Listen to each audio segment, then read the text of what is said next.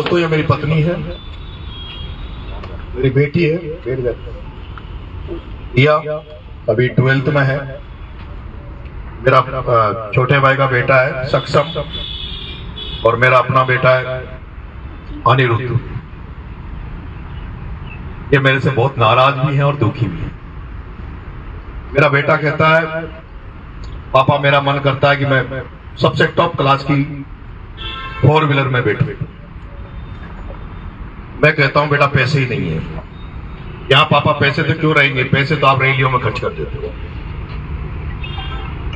मन से बहुत टूट चुका हूं, लेकिन फिर भी कई बार सब कुछ छोड़ के घर चला जाता हूं, गांव चला जाता हूं। विधानसभा लड़ा, लोकसभा लड़ा, लोकसभा के बाद में कोटा में लगा कि भाई साहब प्रहलाद जी गुंजल साहब चुनाव जीत जाएंगे तो एक बड़ा भाई मिल जाएगा, तो राजनीति में एक नया रास्ता खुल जाएगा। लेकिन पता नहीं भाग्य में क्या लिखा हुआ है, किस्मत में क्या लिखा हुआ है, मेरे से ईश्वर क्या चाहता है पता नहीं। और बहुत मेहनत करने के बाद, रात दिन एक करने के बाद भी भाई साहब प्रहलाद जी गुंजल चुनाव हार गए।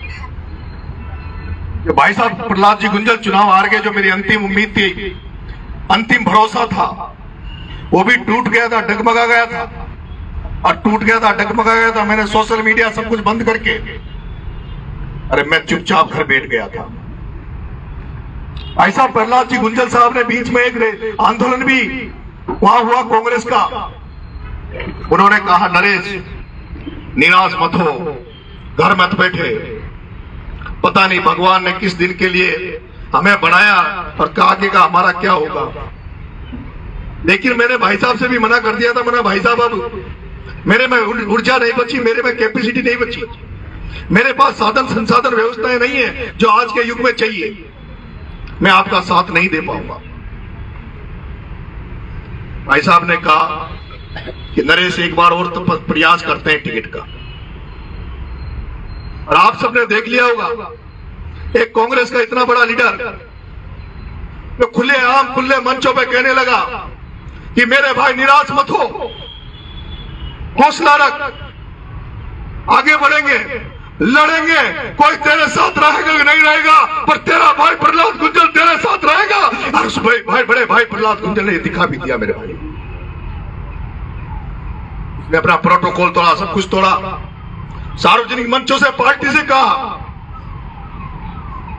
इसको मौका दो, पार्टी में ये काम करेगा, पार्टी के लिए पूंजी बनेगा, लंबी रेस का घोड़ा है, पार्टी को सिंचित करेगा।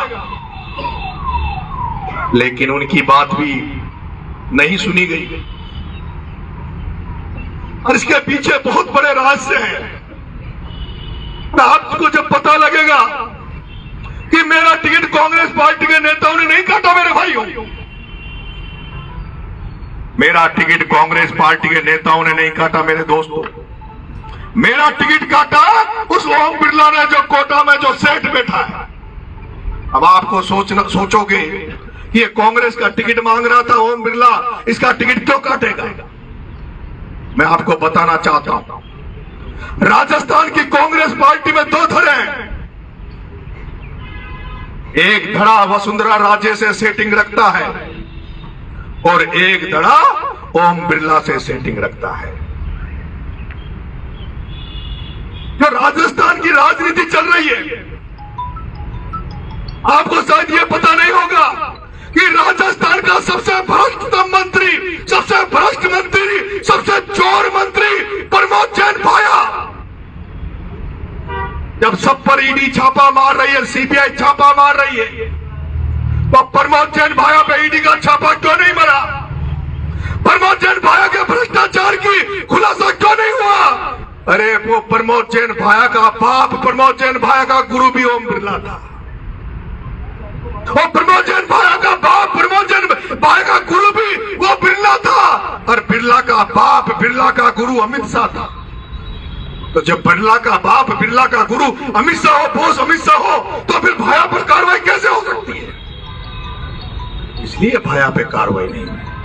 लेकिन प्रमोद जैन भाया अकेला ही व्यक्ति नहीं है जो ओम बिरला से मिला हुआ है। वो कांग्रेस का वहां सबसे बड़ा नेता कोटा में जो शांति धारीवाल बैठा है, वो शांति धारीवाल भी ओम बिरला की गोदी में बैठा है, ओम बिरला की गोदी में बैठा है। प्रमोद जैन भाया और शांति धारीवाल, अरे ये लोग वो थे जिन लोगों ने, आपको सुनकर आश्चर्य होगा, लेकिन जब प्रहलाद गुंजल को कांग्रेस पार्टी ने कोटा से टिकट दिया, मुझे ये कहने में कोई फक्र नहीं पड़ता, हम महाराणा प्रताप झांसी की रानी की तरह लड़े। लेकिन जो कांग्रेस में जो जयचंद बैठे, ये धारीवाल जैसे, जो ये प्रमोद जैन भाया जैसे जयचंद जो कांग्रेस में बैठे, जो कांग्रेस को खोखला करने में लगे हुए, मैं कहना चाहता हूं उस शांति धारीवाल ने जब यहां पर कांग्रेस पार्टी के राष्ट्रीय नेता सचिन पायलट को 25 सितंबर को मुख्यमंत्री बनाने आए थे, तो वो वही शांति धारीवाल था जिसने अपने घर पर सारे एमएलए को इकट्ठा कर उस किसान के बेटे सचिन पायलट को मुख्यमंत्री बनने से रोक दिया था। और वो शांति धारीवाल जिसने केवल सचिन पायलट को मुख्यमंत्री बनने से नहीं रोका मेरे भाइयों, उस शांति धारीवाल और उस प्रमोद जैन भाया ने उस देवनार के बेटे, उस साडूबा के बेटे, उस प्रहलाद गुंजल को भी हराने में कोई कोर कसर नहीं छोड़ी। हमें पता था किस तरह से ओम बिरला के दोनों बढ़िया सेठ ओम बिरला के पैसे कोटा में बांट रहे थे।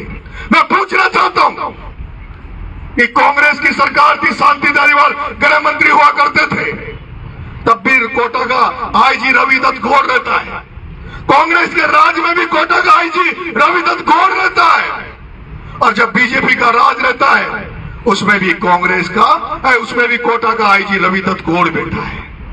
ये क्या सेटिंग है, ये क्या साठगांठ है? कोटा का आईजी रवि दत्त गौर जब कांग्रेस पार्टी सरकार में रहे तब भी वो आईजी रहे, और जब बीजेपी का राज आए तब भी वो आईजी रहे। ये सेटिंग को समझने की पड़ेगी मेरे किसान भाइयों के बच्चों। इन सेटिंगों को तोड़ना पड़ेगा, इनसे लड़ना पड़ेगा। अगर इनको नहीं पहचानोगे, इनको साठगांठ को नहीं पहचानेंगे, इनके तालमेल को नहीं पहचानेंगे, तो हमारी आने वाली पीढ़ियों का भला होने वाला नहीं है। और वही शांति धारीवाल, प्रमोद जैन भाया जैसे सैकड़ों नेता, मैं नाम नहीं लेना चाहता हूं, लेकिन अगर जिस दिन मैं खोलूंगा ना पोल कि कोटा के चुनाव में किस किसने 2-2 करोड़ रुपए ओम बिरला ने जिनको दिए, किस किसने 2-2 करोड़ रुपए लेकर ओम बिरला से प्रहलाद गुंजल को किस किस कांग्रेसियों ने हराया, उस दिन राहुल गांधी भी चकित हो जाएगा कि मेरी कांग्रेस इसीलिए तो डूब रही है, मेरी कांग्रेस पार्टी इसीलिए तो डूब रही है। मेरे प्यारे भाइयों, और वो प्रमोद जैन भाया शांति धारीवाल को तो छोड़ो, ये जो पूर्वी राजस्थान में जो मीणा नेता बैठे ना, उनका हाल भी उनसे कोई अलग नहीं है। मैंने हरिश्चंद्र मीणा से कहा, उनको वो संदेश भेजा, मैसेज भेजा, मेरे रिश्तेदारों को भेजा, उनके पास मैंने कहा, हरी जी मैं बहुत दिनों से रोडों पे भटक रहा हूं, सड़क पे भटक रहा हूं, उपचुनाव में मुझे प्लेटफॉर्म की जरूरत है, मुझे सहारे की जरूरत है, एक बार मुझे मौका दे दो, मैं मेरे दोनों बच्चों की, मेरी दिया की और अनिरुद्ध की सौगंध खाकर कह दूंगा, मैं स्टाम्प पर लिख दूंगा कि 4 साल बाद में मैं देवली उनियारा को छोड़कर छपड़ा चला जाऊंगा, और उसके बाद आपकी मर्जी जो लड़ लेना।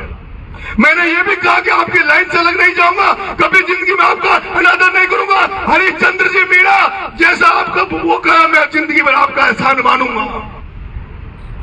लेकिन उसने मेरे से मिलने के लिए भी मना कर दिया, क्योंकि उसकी तो सेटिंग कैसी से हो गई थी, बेग से, उसकी तो सेटिंग कैसी से हो गई थी। अरे मैंने कहा, जब टिकट नहीं डिक्लेयर हुआ तब भी मैंने मीडिया से कहा, नमो नारायण जी मीणा को टिकट दे दो, परशुराम मीणा को दे दो, जस्सू को दे दो, पर दो तो किसी कांग्रेसी को, जिसने कांग्रेस के लिए पसीना बहाया हो, जिसने कांग्रेस का नारा लगाया हो, जिसने राहुल गांधी की भारत जोड़ो में काम किया हो, उसको टिकट दे दो। लेकिन नहीं, टिकट एक ऐसे व्यक्ति को दिया गया जो 4 दिन पहले भारतीय जनता पार्टी के नारे लगा रहा था, नरेंद्र मोदी की तारीफों के पुल बांध रहा था, 4 दिन पहले राहुल गांधी को गालियां दे रहा था, कांग्रेस पार्टी को गालियां दे रहा था, अशोक गहलोत को गालियां दे रहा था, सचिन पायलट को गालियां दे रहा था, उस केसी मीणा को कांग्रेस ने टिकट दिया। कांग्रेस ने नहीं, हरीश मीणा ने अपने घर को राजनीति में, अपने घर को बचाने के लिए, अपने बेटे की राजनीति बचाने के लिए, खुद की स्वार्थ की राजनीति बचाने के लिए उस केसी को टिकट दिया, जिसको तो देवली उनियारा की धरती पर कोई जानता नहीं कि केसी नाम की चिड़िया कहां से आ गई। मेरे प्यारे भाइयों, लिस्ट जिस तरह से रुक रही थी, मुझे उम्मीद थी, अंदेशा था कि भगवान करे अपनी भी सुनेगा। पहली बार मुझे लगा लोग मेरे को रिपोर्टिंग कर रहे थे कि आपकी बात राहुल गांधी सुन रहे हैं, आपकी बात राहुल गांधी तक पहुंच रही है, राहुल गांधी आपके साथ न्याय जरूर करेंगे। लेकिन अब मुझे भी ये लग गया कि ये राहुल गांधी भी कांग्रेस पार्टी के हारने में बहुत बड़ा जिम्मेदार है। अगर राहुल गांधी का नेतृत्व क्षमता होती, राहुल गांधी में नेतृत्व क्षमता होती, लीडरशिप होती, अगर ये इंदिरा गांधी का पोता होता, इंदिरा गांधी की तरह सोचता, तो मध्य प्रदेश का राज कांग्रेस के हाथ से नहीं जाने वाला था।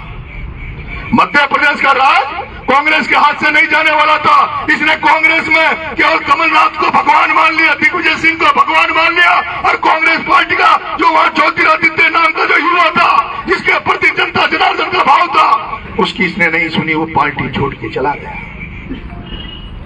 राजस्थान में भी कांग्रेस का राज आता, लेकिन सचिन पायलट को नहीं सुना गया।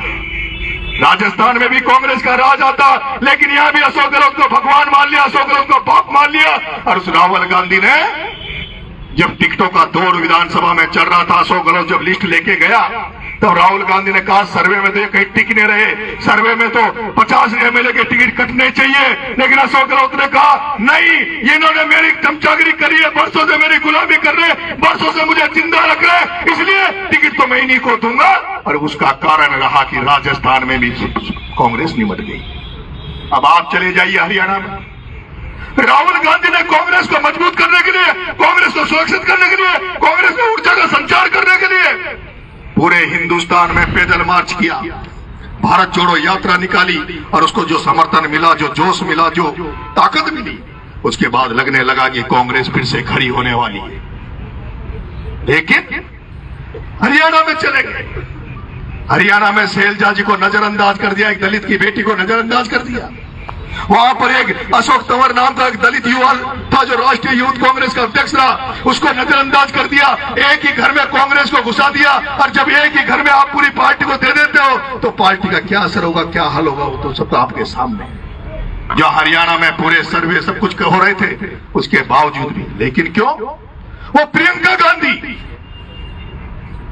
प्रियंका गांधी जिसका पीए हुआ करता है, प्रदीप नरवाल जो उनका काम देखता है, उसकी जान पहचान प्रियंका गांधी से है, इसलिए प्रदीप नरवाल को टिकट मिल जाता है, और प्रदीप नरवाल चुनाव हार जाता है 25,000 से। वो वीरेंद्र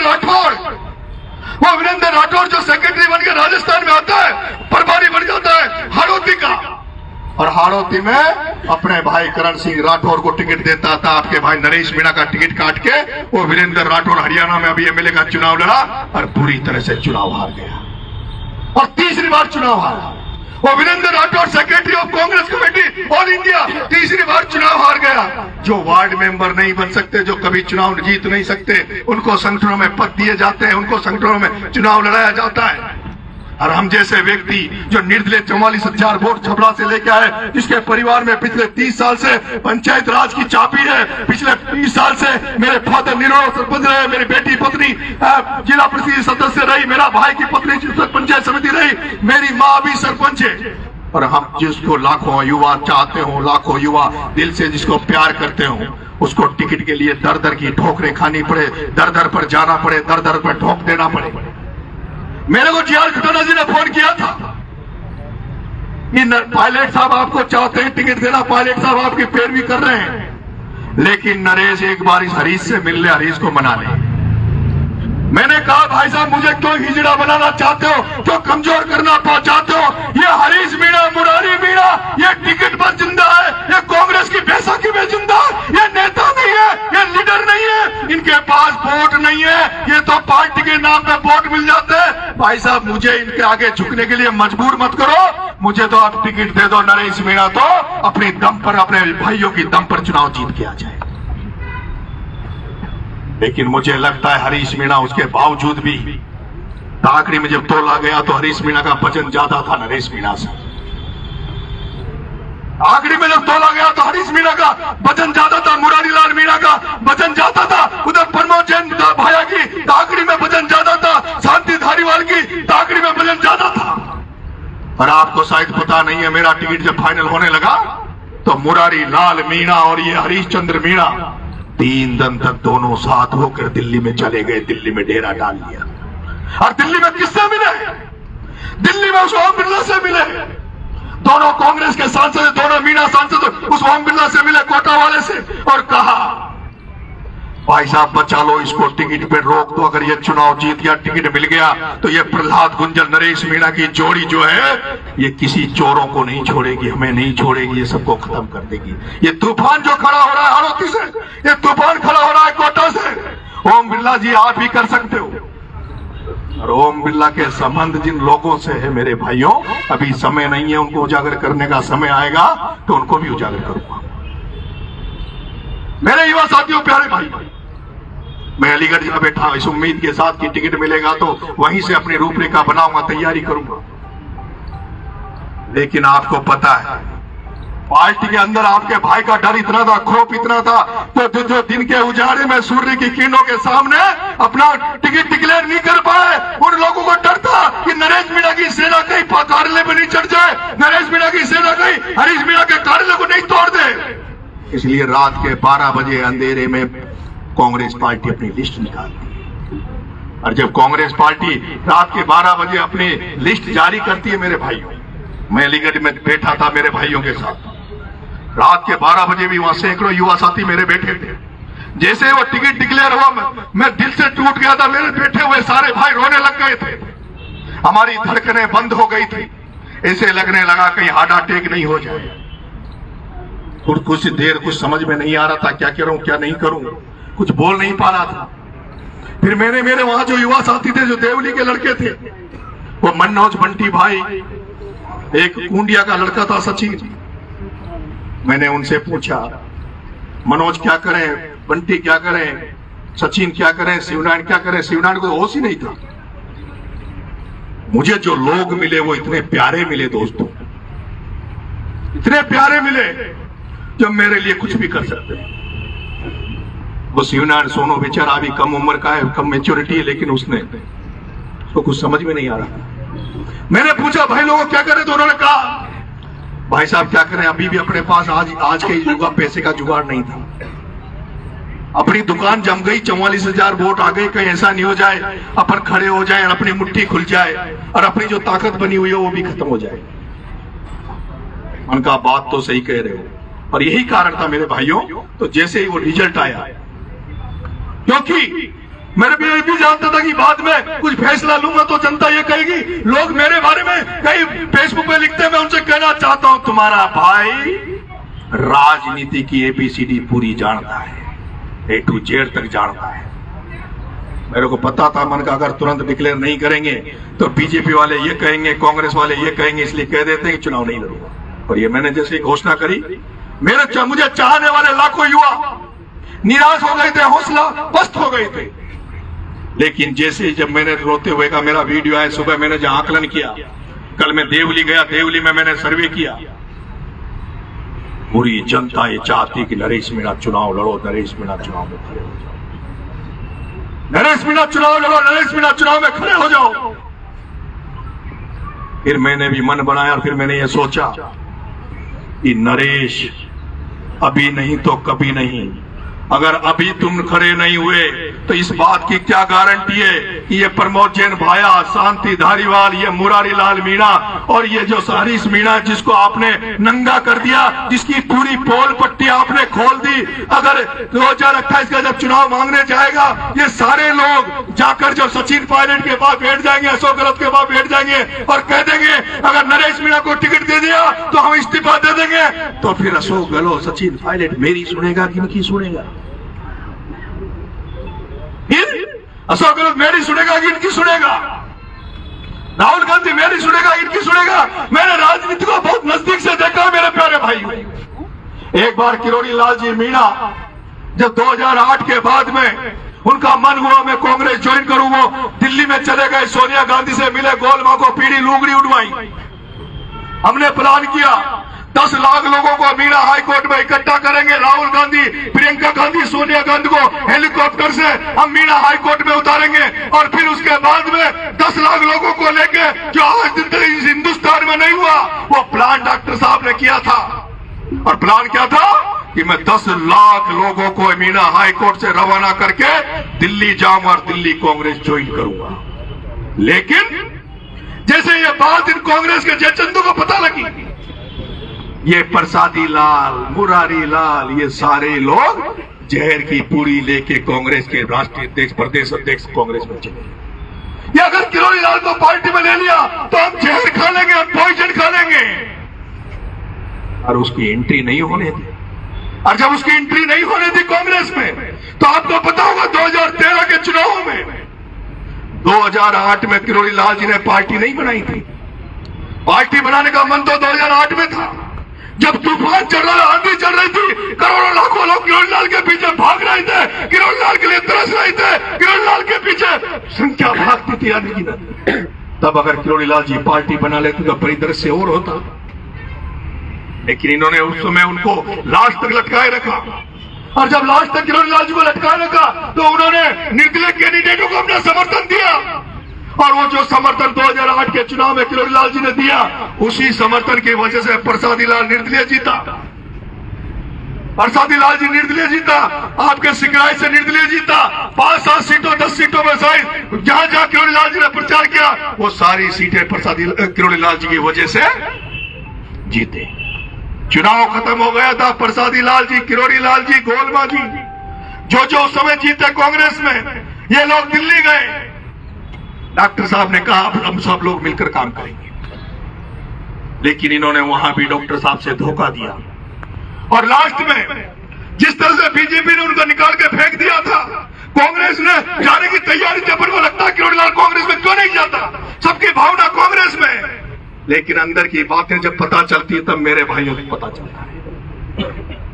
किरोड़ी लाल जी को कांग्रेस में नहीं जाने दिया, तब जाके उन्होंने राजपा बनाई। लेकिन राजस्थान की राजनीति में नरेश मीणा पहला व्यक्ति नहीं है जो निर्दलीय के रूप में संघर्ष की राजनीति कर रहा है या जिसमें मादा है। नरेश मीणा से पहले भी बहुत बड़े योद्धा इस राजस्थान की धरती पे पैदा हुए। सबसे पहले किसी जाट नेता ने सीकर में पार्टी बनाई थी, नाम मुझे ध्यान नहीं आ रहा, शायद छोटा चौधरी थे कोई, हाँ जी, जिन्होंने राजस्थान में पार्टी बनाई थी, सफल नहीं हो पाई। फिर राजपूत समाज में देवी सिंह भाटी जी ने सामाजिक न्याय मंच के नाम पर पार्टी बनाई थी, एक एमएलए बना, सफल नहीं हुई। उसके बाद में घनश्याम तिवारी ने पार्टी बनाई, उसके बाद में प्रहलाद गुंजल जी ने पार्टी बनाई, किरोड़ी लाल जी ने पार्टी बनाई, राजकुमार रोत ने पार्टी बनाई, चंद्रशेखर आजाद ने अपनी पार्टी को लेकर यहां प्रयास किया। सचिन पायलट भी एक दिन दो राय पे खड़े हो गए थे, वो भी मजबूर हो गए थे, मजबूर कर दिया गया था उनको भी पार्टी छोड़ने के लिए।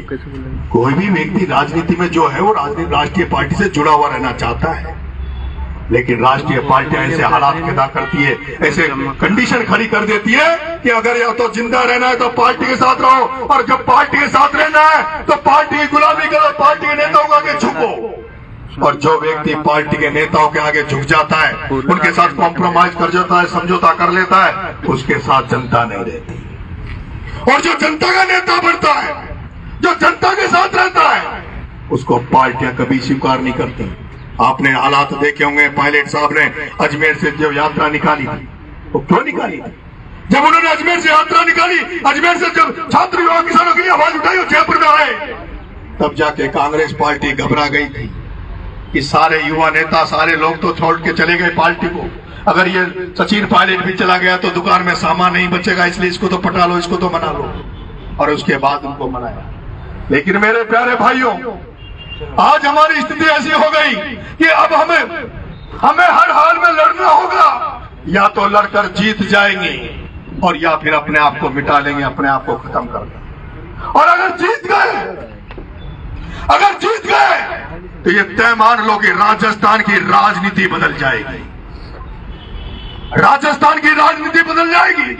प्रमोद जैन भाया की दुकान बंद कर दी, अगली बार शांति धारीवाल की दुकान बंद कर दूंगा, अगली बार ओम बिरला की दुकान बंद कर दूंगा।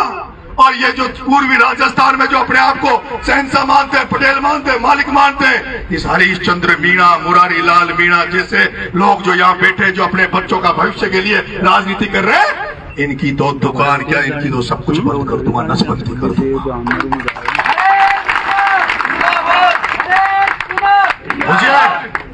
मुझे आपका साथ चाहिए, सहयोग चाहिए, आशीर्वाद चाहिए।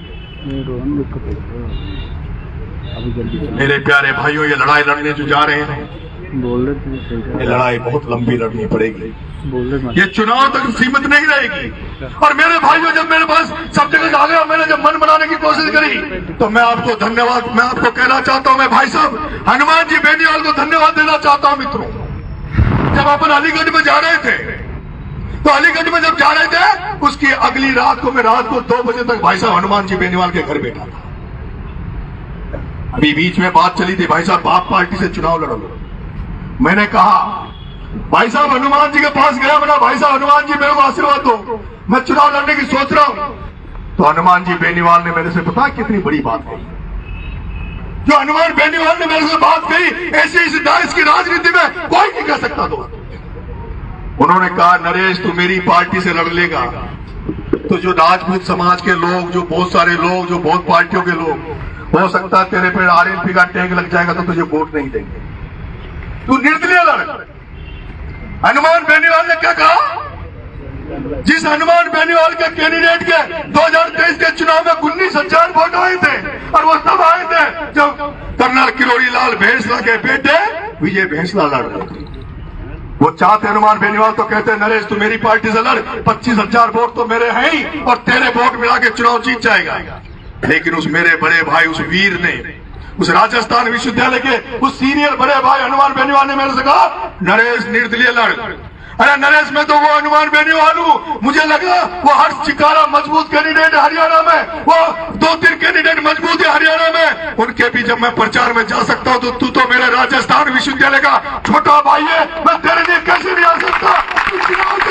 हनुमान बेनीवाल तेरे लिए हेलीकॉप्टर भी उतारेगा और तेरे लिए प्रचार भी करेगा। फिर मैंने सोचा, हनुमान जी भाई साहब का तो आशीर्वाद मिल गया, समर्थन मिल गया, ऐसा कौन व्यक्ति जो मेरी मदद कर सकता है, जिसको पूरा राजस्थान हिंदुस्तान देखता है? तो मैंने मेरे छोटे भाई जोधपुर विश्वविद्यालय के प्रेसिडेंट, आज के वर्तमान के एमएलए रविंद्र भाटी से बात करी। मेरे प्यारे भाइयों, मैंने रविंद्र भाटी विधायक से बात करी, और रविंद्र भाटी भाई ने मेरे से कहा, मेरे भाई मेरी कोई यात्रा भी चल रही है, आप हमारे विश्वविद्यालय के साथी हो, अगर आप मैदान में कूदते हो तो आपका भाई रविंद्र भाटी आपका भाई बनकर, आपका साथी बनकर देव दुनिया की सड़कों में आपके लिए वोट मांगे। और मेरे भाई रविंद्र भाटी ने जो भरोसा दिया, हौसला दिया, क्योंकि एक जाति से, एक धर्म से, एक कुल गिनती के लोगों से चुनाव जीते नहीं जाते। चुनाव में सबका आशीर्वाद चाहिए, सब लोगों का आशीर्वाद चाहिए, सब धर्मों का आशीर्वाद चाहिए, सब व्यक्तियों का आशीर्वाद चाहिए। मुझे मेरे बड़े भाई हनुमान बेनीवाल ने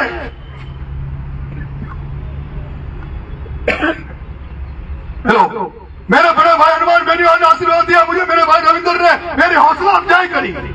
और फिर रात को जब मैं देवली से आ रहा था, तो मैंने हनुमान भाई साहब से रात को फोन पर बात की, दूरभाष पे बात करी। तो हनुमान भाई साहब ने कहा, मेरी राजकुमार रोत से भी बात हो गई है। भाई साहब हनुमान जी ने कहा, मेरी राजकुमार रोत से भी बात हो गई है, मेरी चंद्रशेखर आजाद से भी बात चल रही है। अरे मेरे प्यारे भाइयों, चुनाव में हारेंगे जीतेंगे पता नहीं, लेकिन अगर नरेश मीणा के साथ अगर हनुमान बेनीवाल दिख गया, रविंद्र भाटी दिख गया, चंद्रशेखर आजाद दिख गया, राजकुमार रोत दिख गया, तो मैं कहना चाहता हूं 2028 के चुनाव में हम हनुमान बेनीवाल, राजकुमार रोत, रविंद्र भाटी, इनमें से किसी को मुख्यमंत्री बना देंगे, और मैं भले तो उसके लिए यह विधानसभा चुनाव इस राजस्थान की तस्वीर बदल देगा। मेरे प्यारे भाइयों, मेरे में बहुत जोश है, बहुत हौसला है। अरे आपका भाई वो शख्स है जो एनएसए का छात्र नेता रहा, युवा मोर्चा में रहा, लेकिन उसके बावजूद भी प्रभात चौधरी को तीसरा मोर्चा बनाकर राजस्थान विश्वविद्यालय के अध्यक्ष के पद में बिठा दिया। एक जाट बेटी को प्रदेश अध्यक्ष के पद पर बिठा दिया, एक आबा गुजर को निर्दलीय के रूप में दंड मोर्चा से राजस्थान विश्वविद्यालय के उपाध्यक्ष के पद पर बिठा दिया। ये वो नरेश मीणा है जिसने एक दलित बेटी पूजा वर्मा को विश्वविद्यालय के अध्यक्ष के पद पर बिठा दिया। ये वो नरेश मीणा है जिसने विनोद जाकर एक दलित के बेटे को राजस्थान विश्वविद्यालय का अध्यक्ष बना दिया। ये वो नरेश मीणा है जिसने अंकित धाइल को राजस्थान विश्वविद्यालय का अध्यक्ष बना दिया निर्दलीय के रूप में। ये वो नरेश मीणा है जिसने मनीष यादव को 2010 में मदद करके राजस्थान विश्वविद्यालय का अध्यक्ष बना दिया। ये वो नरेश मीणा है जिसने राजेश मीणा को राजस्थान विश्वविद्यालय का अध्यक्ष बना दिया। ये वो नरेश मीणा है जिसने ललित यादव जो सांसद का चुनाव लड़ा, जो आज एमएलए, उसको जनरल सेक्रेटरी राजस्थान विश्वविद्यालय का। बहुत ताकत और विल पावर बहुत मजबूत है, स्ट्रॉन्ग है। अगर आपने साथ दिया तो सब कुछ बदल देंगे। लेकिन मेरी भी अपील है और उन भाइयों से अपील है जो सोशल मीडिया में ज्यादा लिखते हैं, सचिन पायलट, किरोड़ी लाल मीणा, हनुमान बेनीवाल, वो कहते हैं ना मामा से तो काना मामा ही ठीक है। कहा उधर गांव में ना मामा से तो। ये लोग जन भावनाओं में बसते हैं। किरोड़ी लाल मीणा, हनुमान बेनीवाल, सचिन पायलट, इनको लाखों लोग फॉलो करते हैं, लाखों लोगों के दिलों में धड़कते हैं। अगर कोई भी बात आप इनके खिलाफ बोलते हो तो ये इनके दुखी होने से पता नहीं, लेकिन जो इनको ठोकते हैं, इनको जो मानते हैं, इनको जो पूछते हैं, इनको जो दिल में रखते हैं, उनको ठेस पहुंचती है। इसलिए मैं आपसे अपील करना चाहता हूं, सोशल मीडिया पे कांग्रेस को गाली दो, भारतीय जनता पार्टी को गाली दो, लेकिन इन तीनों नेताओं के बारे में कोई गलत नहीं बोलेगा, कोई गलत नहीं लिखेगा। और मेरे प्यारे भाइयों, हम 5 नारों के साथ वहां जा रहे हैं। तेजाजी महाराज की जय बोलेंगे, भगवान देवनारायण की जय बोलेंगे, भगवान धन्नीधर महाराज की जय बोलेंगे, भगवान ज्योतिबा फुले की जय बोलेंगे, भगवान रामदेव की जय बोलेंगे, बाबा साहब भीमराव अंबेडकर की जय बोलेंगे, भगत सिंह की जय बोलेंगे। मेरे प्यारे भाइयों, लगना चाहिए कि देश की राजनीति में आज का दिन एक नया दिन होगा, नया इतिहास होगा। क्या हमें फॉर्म भरना चाहिए? हाथ खड़े करो, आवाज बुलंद करो, इंकलाब जिंदाबाद के नारे के साथ आवाज बुलंद करो। इंकलाब जिंदाबाद, इंकलाब जिंदाबाद, इंकलाब जिंदाबाद, इंकलाब जिंदाबाद। क्या आप मेरे लिए अपने घर बार छोड़ दोगे? मेरे लिए घर बार छोड़ दोगे? मेरे लिए परिवार छोड़ दोगे? मेरे लिए दिन रात छोड़ दोगे, चैन छोड़ दोगे? अगर आप मेरे साथ खड़े हो 13 तारीख तक, तो मेरे भाइयों, मैं जा रहा हूं यहां से आप सबको लेकर। हमारे पास गाड़ियां कम है मेरे भाइयों, बहुत सारे साथी आए हो मोटरसाइकिलों से आए, जिनको कोई विशेष काम जयपुर में नहीं है। आज आप कई साथी चप्पलों में आए, कोई फर्क नहीं पड़ता मेरे भाइयों। हम स्टूडेंट हैं, यूथ हैं। आप लोगों के लिए गाड़ियां जितनी है हमारी, क्योंकि कोई गाड़ियों में शायद खाली आई होगी, कोई भरी आई होगी, हम सबको उसमें घुस जाना है। जिसमें 5 बैठे उसमें 8 बैठ जाओ, और अंदर नहीं भाओ तो छत में बैठ जाओ। ये स्कॉर्पियो फॉर्च्यूनर टूट भी जाएगी तो तुम्हारे भाई के लिए आइए, कोई फर्क नहीं पड़ता। तुम्हारे साथियों की गाड़ी है, कोई फर्क नहीं। यहां से हम रवाना होंगे मेरे भाई, और यहां से सीधा रवाना होकर हम निवाई में सबसे पहले जोधपुरिया धाम पर ठोक लगाएंगे। जोधपुरिया धाम पर भगवान देवनारायण का आशीर्वाद लेंगे और उसके बाद सीधा उलियारा पहुंचेंगे। आप तैयार हो? चलोगे? तो तुरंत प्रभाव से 5 मिनट के अंदर सारी गाड़ियों में घुस जाओ। ठीक है, धन्यवाद।